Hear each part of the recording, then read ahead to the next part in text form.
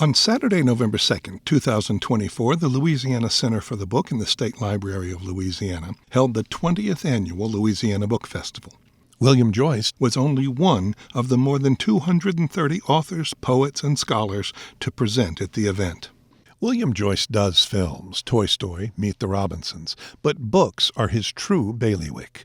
The Guardians of Childhood Novels, Dinosaur Bob, George Shrinks, and Roly Poly Oly, which became an Emmy Award-winning series on Disney+.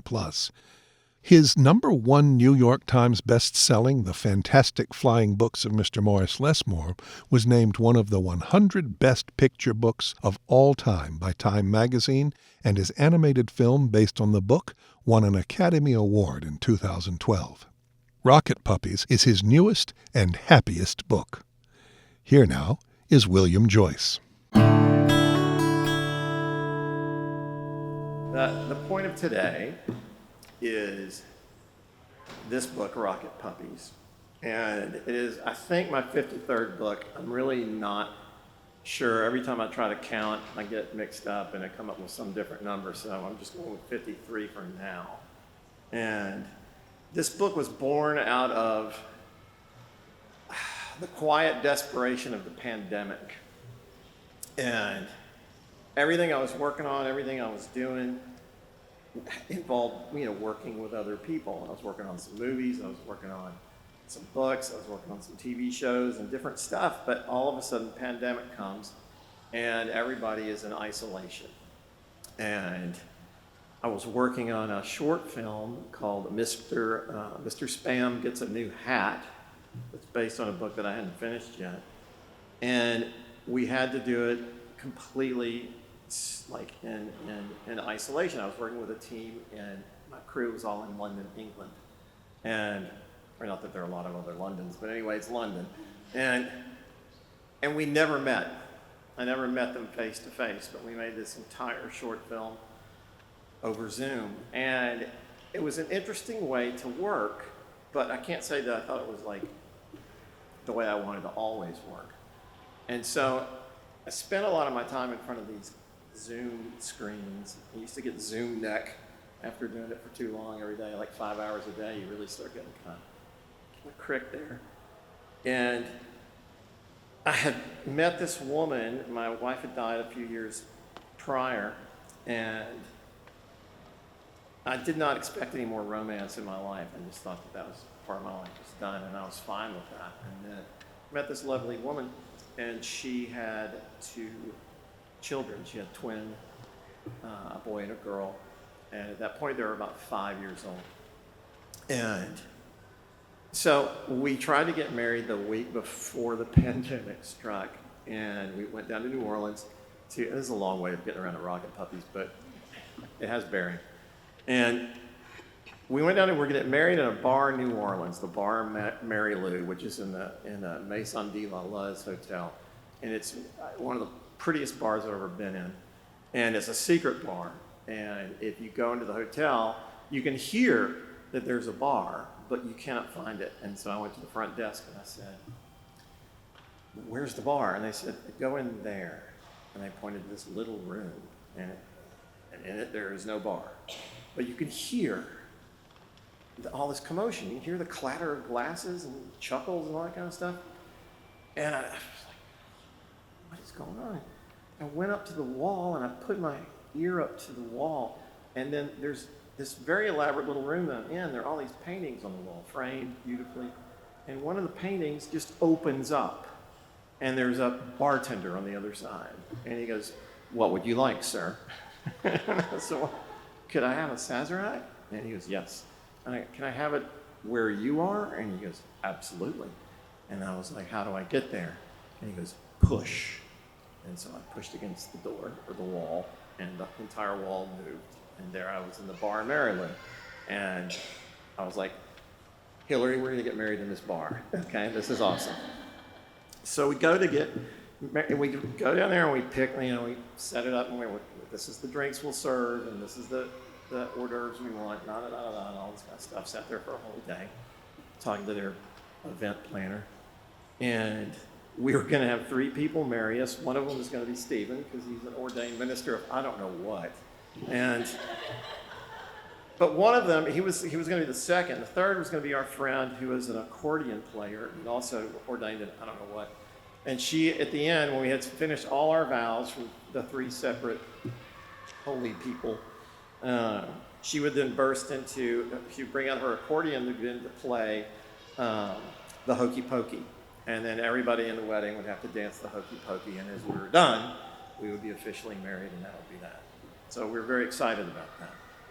And as we were leaving the Maison de la Les, and we're pulling it on the Esplanade to get on the road to come back to Shreveport, and our wedding was going to be on April the 4th. And it came over the news feed that the first 9 cases of COVID had been reported in New Orleans that morning.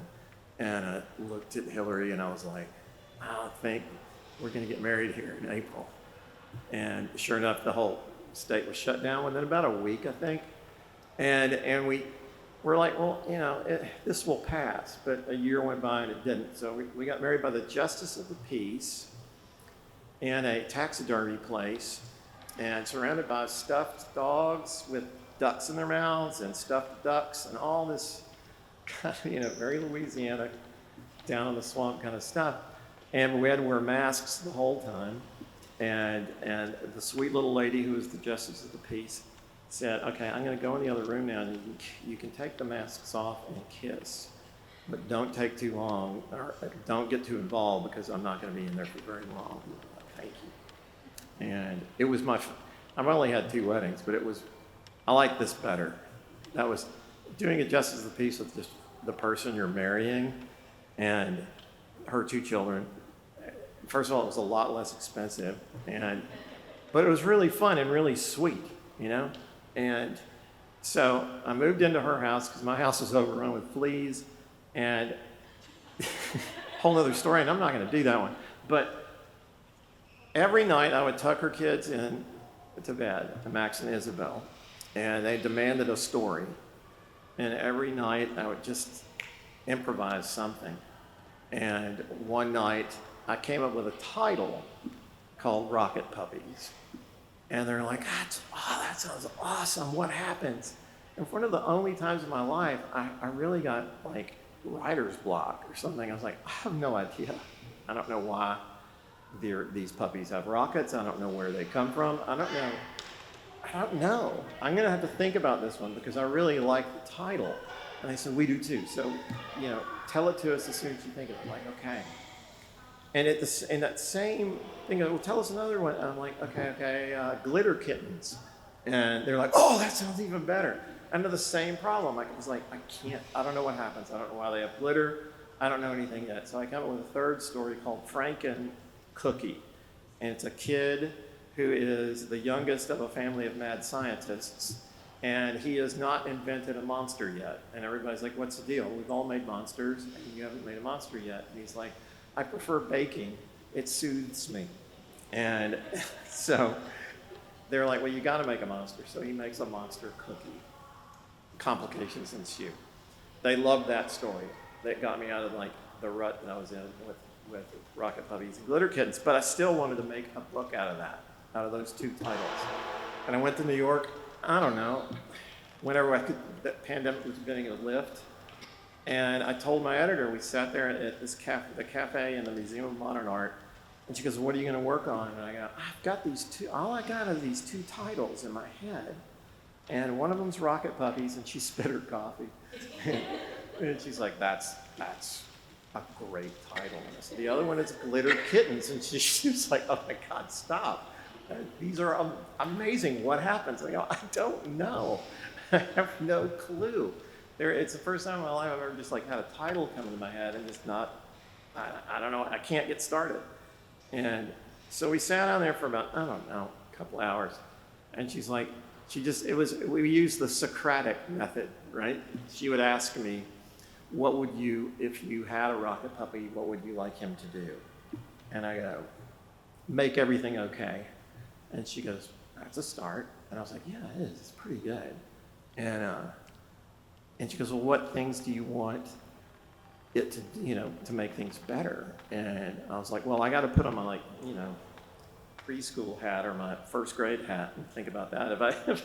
If this book is going to be for kids, I can't have the Rocket Puppies solving some of the things I'd like them to solve right now. And so I was like, it would be awesome if Rocket Puppies could make bees no longer sting. And she goes, that's good. I do too. And I thought, wouldn't it be great if Rocket Puppies, if they could make it never rain on recess ever again? And she goes, you're getting somewhere. I like this. And I go, what if the whole world's in a bad mood as it had been during the pandemic? And I'm like, what if they can come and make it okay? But by doing all these little acts of kindness, right? And most of the acts of kindness will be kind of silly and kind of fun and kind of ridiculous. And she goes, okay, this all sounds terrific, but is there a bad guy? Is there a villain? And I'm like, yes. And this name came out of my head from I don't know where, and it was, the villain's name is Snarly McBummerpants.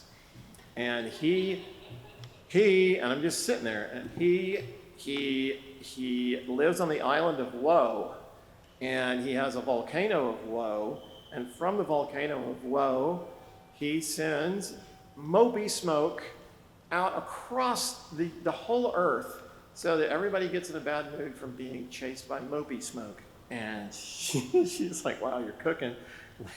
You want another glass of wine? And I was like, yeah, maybe some vodka this time. You might get somewhere. And so the whole thing fell into place sitting there at that lunch with my editor. What a great editor. I mean, she asked all the right questions, and somehow I found the most ridiculous answers I could come up with. But there were points in this thing, when we were laughing so hard, like people were looking at us, right? And at the fanciness that is the Museum of Modern Art in New York, guffaws and snorting of laughter and people gasping for air because they're laughing so hard is not what people are there for. So we were the odd people out in that rarefied environment, somewhat like this. I mean, I've stood here before, and they let me bang the gavel, and it's like, and they declared it my day. And I was like, y'all have made a serious error in playing my day of William Joyce Day. And I asked the governor of our fair state if I could run red lights all day since it was my day. And he said, only if you don't get caught.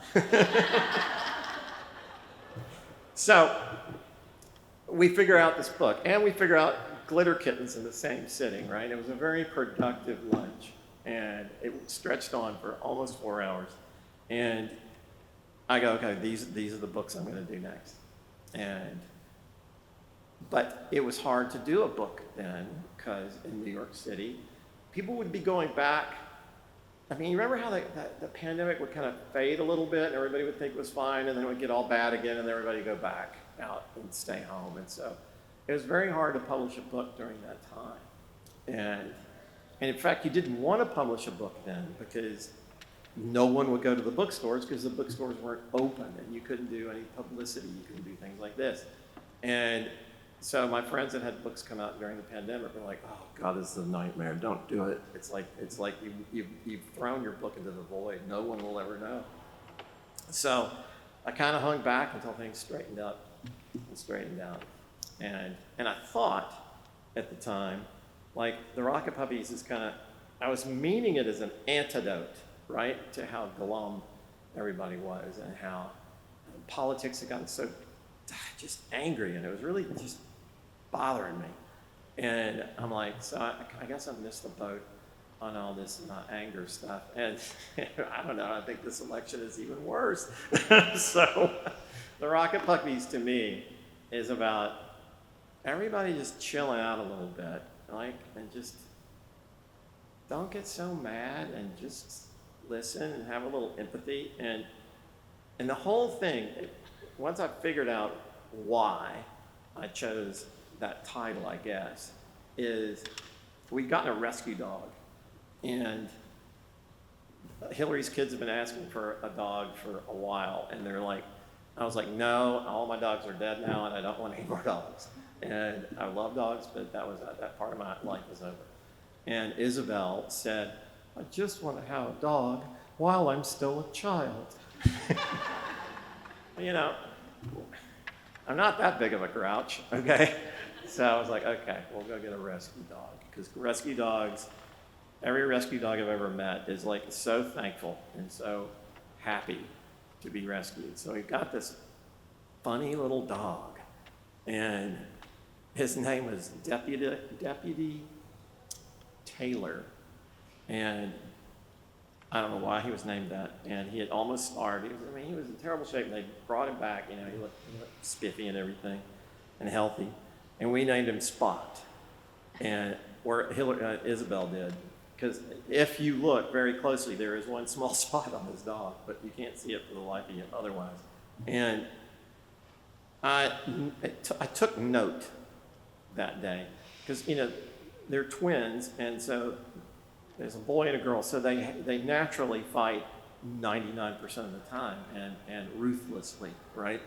And then this little rescue puppy comes walking up, and all that twin anger management issue stuff went away.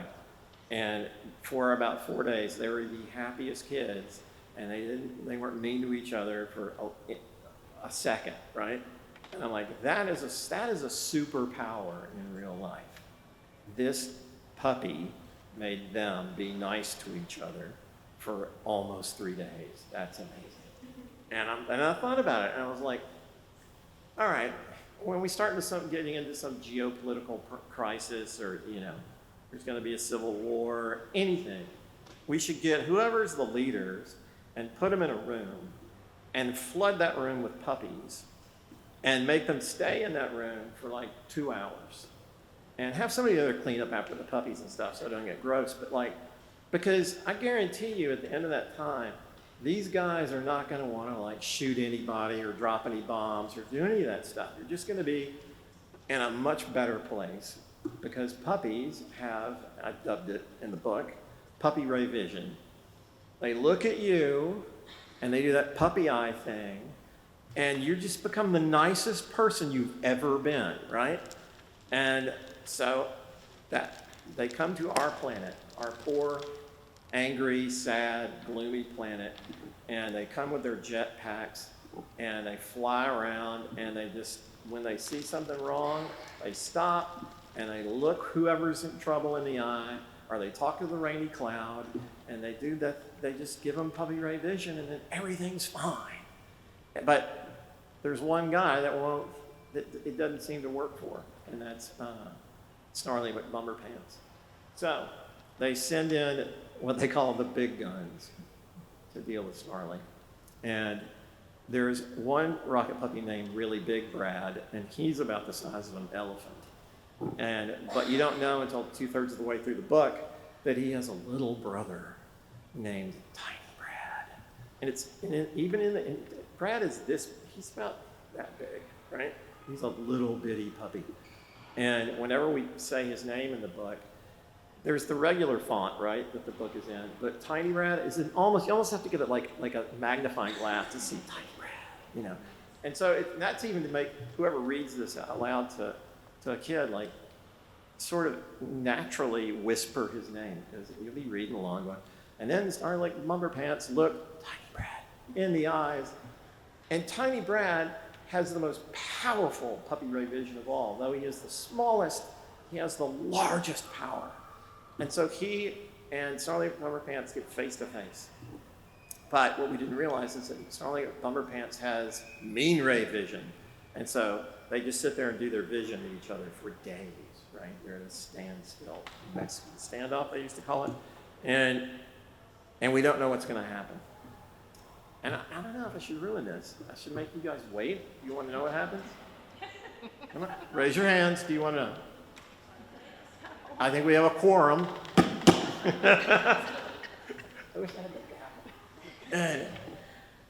So, to break the stalemate, Tiny Brad stops locking eyes with Snarly McBummerpants, and he flies right up to his nose, and he licks him on the nose, and then he licks him again, and Snarly McBummerpants' mean ray vision evaporates and goes away, and he smiles for the first time in his life, and everything changes, kind of like the Grinch. It's like his heart grew 3 sizes, 20 sizes that day, and he changes even how he looks. His McBummerpants become striped McHappy Pants, and he is now Smiley McHappy Pants, and he is the nicest guy in the world, and his volcano of woe now bursts forth with rainbows and glitter clouds and all this, anything grotesquely cute you can think of, and then everything is happy and everything is fine. Concrete's happy, scissors are happy, lost scissors are happy. I mean, everything. And so then the Rocket Puppies, who are powered by hugs, so they're totally green, they have no carbon imprint. They are like, well, it's time for us to go. We've done our job. There are other places we have to cheer up. And so they all fly off into their giant rocket ship doghouse. And everybody waves goodbye. And when the Rocket Puppies first showed up, everyone in the whole world said the same thing at the same time. They said, "Oh." And then when they fly away, everybody's waving goodbye, and everybody says the same thing, "Oh." And away they go. And the final thing is like, never underestimate the power of the pup. And so then I dedicate the book to, I had to sit down and really think this through. This book is dedicated to the pups that have rocketed through my time on this planet. Tiny, Puppy, Jessie, Windsor, Rose, Rex, Spot, Freddie, Dr. Cosmo, Bow Wow, Wonder Dogs, all. And that's the way I feel about it. Dogs have that kind of power, puppies especially so, and that they can tame your inner beast a bit and make you be a little nicer for a while. So that's the Rocket Puppies. And I'm going to be signing them down at the tent in a minute. And do you have any questions? Don't be shy. Yeah. Do you have a favorite dog? Do I have a favorite dog? And why? One that had the most, meaning to you. Man, that's a Sophie's choice. Well, is there one that just, when it passed away, or if it was whatever, something, when you met it or whatever, it was just kind of like this was meant to be? Well, the dog I got when I was a kid, Windsor, okay? And it was when he was named Windsor because, this gives you some insight into how my brain works, I guess, but Prince Charles was being anointed the Duke of Windsor, right? Which is the stepping stone to becoming king. And I was, 10. And I started getting into all that royal stuff. And I started reading about who all the royal families were, and that the current, monarchs are from the House of Windsor, right? Which I think starts with Henry VIII, but I'm not sure. I've forgotten a lot of this. And so my parents got me the dog, and it was a Shetland sheepdog, one of those kind of, they look like miniature collies. They're just gorgeous dogs, and they're super smart, and they're very sweet-tempered. And man, he's black, and he just had a big mane of, he's just like a little movie dog, right? And he's the sweetest dog in the world. You could teach him anything. And so he was my dog from the time I was 10, and until I was 1 year out of college. And I was down in Baton Rouge visiting my girlfriend, soon-to-be wife, who was in law school at LSU down here. And I got this call from my dad, and he goes, "Hey, Windsor's not doing good. I think you need to come home." And I was like, "Oh my God, okay." And I got in the car. I was like, "Elizabeth, I gotta go home. My dog's sick." And my dad called. My dad would never call me unless it was bad. And so I got my car, and she was like, okay, you know, I hope he's okay. And I drove like a bat, you know, back to Shreveport, and I went straight to the vet, and I walked in, and I said, yeah, I'm here to see my dog Windsor, and they all got weird and quiet. And I'm like, just a sec, you know, let me get the vet. And so I'm like, okay. And I didn't like read the tea leaves, right? I mean, they were right there. And but the vet comes out and says, well, why don't you come in the office a sec? And I'm like, okay. And he goes, well, I'm sorry, Windsor passed away about an hour ago.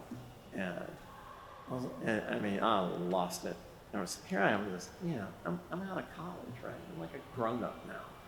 And I'm like, can I see him? And they're like, sure. And they'd already put him in a plastic bag, right? And they took him out. And God, I cried. I think I cried for like 2 days.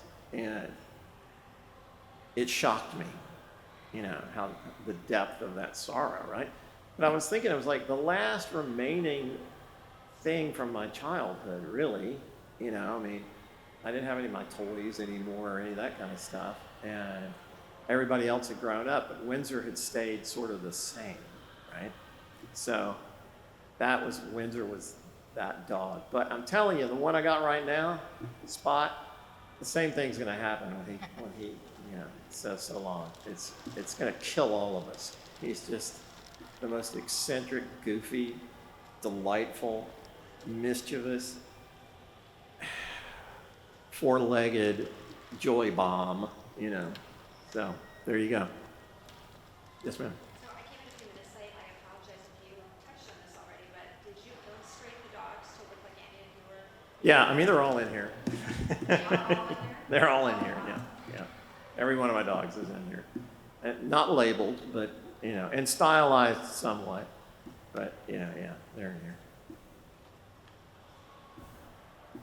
Yes, ma'am. Just wondering, what kind of books did you read when you were a child? Like, who were your favorite authors? That's an easy one. And as an adult as well. Just curious. I read mostly comic books when I was a kid, and but there were a handful of books that really like nailed my world, and one of them was Where the Wild Things Are by Marie Sendak, and I can honestly point to that as like why I'm an author and a children's book, you know, illustrator today.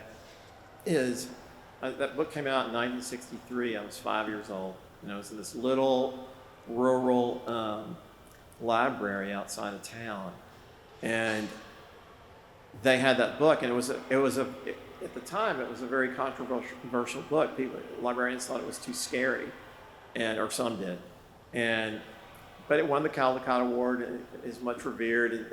And I saw that book, and I went, "This is the coolest thing I've ever seen." And I already was drawing then, and I'd already been wised up by my parents that, you know, Superman wasn't real because I kept putting on a towel and leaping off of things to the point that like you're gonna die. You gotta quit doing that, and we don't want you to be in a wheelchair all your life or any of that stuff. So Superman isn't real, and I was like, y'all are so dumb. Like, he is on TV, he is real. And like, not everything on TV is real. There are some things called movies and TV shows, and there's stories. And I was like, I don't believe you. And it, you know, there was a series of incidents that proved to me that yes, that they were telling the truth, and they were very discouraging, you know, because I didn't get X-ray vision, and then I jumped off of something really high and didn't fly, and you know, it kind of hurt, and I'm like, okay, you know, maybe they're telling the truth. But I wanted to know who, like, if this isn't true, then how does that happen? And they're like, well, it's a thing called fiction. They're stories. People make them up. And I'm like, so that's a job. There's a job, a maker-up job. And they're like, well, they call them writers. And I'm like, well, I like maker-upper. So I'm going with that. But I still hadn't made the connection and it was only a few weeks later that I saw Wild Things. And so I sat down with the librarian and I go, all right, explain to me how this happened. Is this one of those maker-upper people that made this book? And she goes, yes, and he's a good drawer too. And I'm like, well, I like drawing, and I like making up, so I want to be one of these people. And And so who did this one? Who did this Wild Things? And she said, well, on every book, there's a name of the person who made it up. In this case, you can see it says William, and I gave myself a nom de plume, Whoosh, Joyce. Those are Rocket Puppies. And Glitter Kittens, I'm William Sparkle Joyce. So I'm going to do that from now on. And she goes, his name is Maurice Sendak, and he drew the pictures, and he wrote the book. And I'm like, well, let's go. I want to go see him. And she said, well, he lives in New York. And I said, well, how far away is that? And I know about New York because I saw King Kong, and he was in New York. So does he know King Kong? And she goes, likely no. But New York is far away. Show me how far away. And she went over to the globe, and with her thumb and forefinger, she could just barely get from Shreveport to New York. She goes, it's this far. And I go, that is not very far. And she goes, what we can do is we can write the publisher, and you can say to Maurice Sendak, care of C.O. Harper and Row. And that's the people who actually make the book. And I'm like, okay. And so I wrote Maurice Sendak. And, you know, it was probably 3 months, but it felt like 1,000 years later, I got a letter from Maurice. But my letters to him said, dear Mr. Sendak, I really like your book, Where the Wild Things Are. It made me want to be a maker-upper when I grow up, too, and a good drawer. You are both. Yours, William Joyce. And he wrote me back and he said, thank you for the fine compliments. I highly recommend both as a way to be a grown-up. So, fast forward to 87, I think. And my book, Dinosaur Bob, is coming out. And I'm in New York, and I'm at Harper and Row, who publishes Where the Wild Things Are. It is the 25th anniversary of Where the Wild Things Are that year, and there's a lot of celebrations for it. And I tell them at the publishing house, I would like to meet Maurice. And they said, well, he's kind of a cranky old guy, but we'll put in a word and see. And I'm like, okay, thanks. That's the best I can ask for. And so I'm at my first signing in New York City at this bookstore called Books of Wonder that's still there. And I'm in the middle of the book signing, and because Dinosaur Bob to me was like a remake of King Kong, but everything works out great. You know, nobody dies. And so I'm in the middle of this signing, and the manager taps me on the shoulder and says, you have a phone call I think you're going to want to take. And so I'm thinking somebody's dead, right? Somebody from home is in a wreck or something. And I get on, hello. And it's like, is this Mr. Joyce? And I go, yeah. And he goes, this is Maurice Sendak. And I was like, oh, get out, you know? And he said, I hear you want to meet me. And I said, yes, I do. I really have. I wanted to meet you since I was 5 years old. And I sent you a letter. Do you remember? And he goes, no. I write a lot of letters.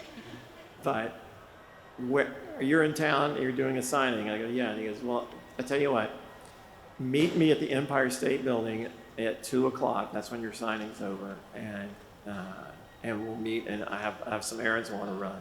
But we'll just meet there. I'm like, okay, I'll see you there. And so I'm like, I wonder why we're meeting at the Empire State Building. And I ask him, you see him, there he is. He's this little guy, right? But he looks like a wild thing.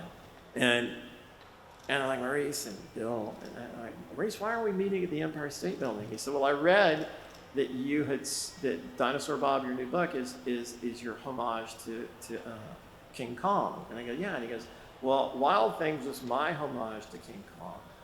I saw King Kong when it came out at the Radio City Music Hall in 1931, and it changed my life. It made me who I am. It made me a maker-upper, I think is the word you've used in some of your interviews. I go, yeah. And he goes, well, we have the same father, you know? It's Kong. I mean, Wild Things is basically, if you look at it, it's King Kong. It's a remake of King Kong. And so he goes, King Kong was our father in a way. So I thought it would be nice for us to meet and pay homage to our father. And I was like, life doesn't do that very often. but it did that day. And so I got to meet my hero, and I got to pay homage to both my fathers on the same moment. So. And then also, just a fantastic librarian. Whoever that librarian was. Oh my God, she is, and her name was Miss Dora. I don't remember her last name. That's all I have is Miss Dora. Yeah, if it weren't for her. So if she's my creative mom, then the other are my creative dads. All right, it's time for me to go sign books. So come on down to the tent. And I enjoyed talking to you guys. It's the first speech I've given about Rocket Puppies, and I hope you enjoyed it. It was enlightening, and I appreciate y'all coming into this amazing room so we could all talk about books for a minute. So thank you.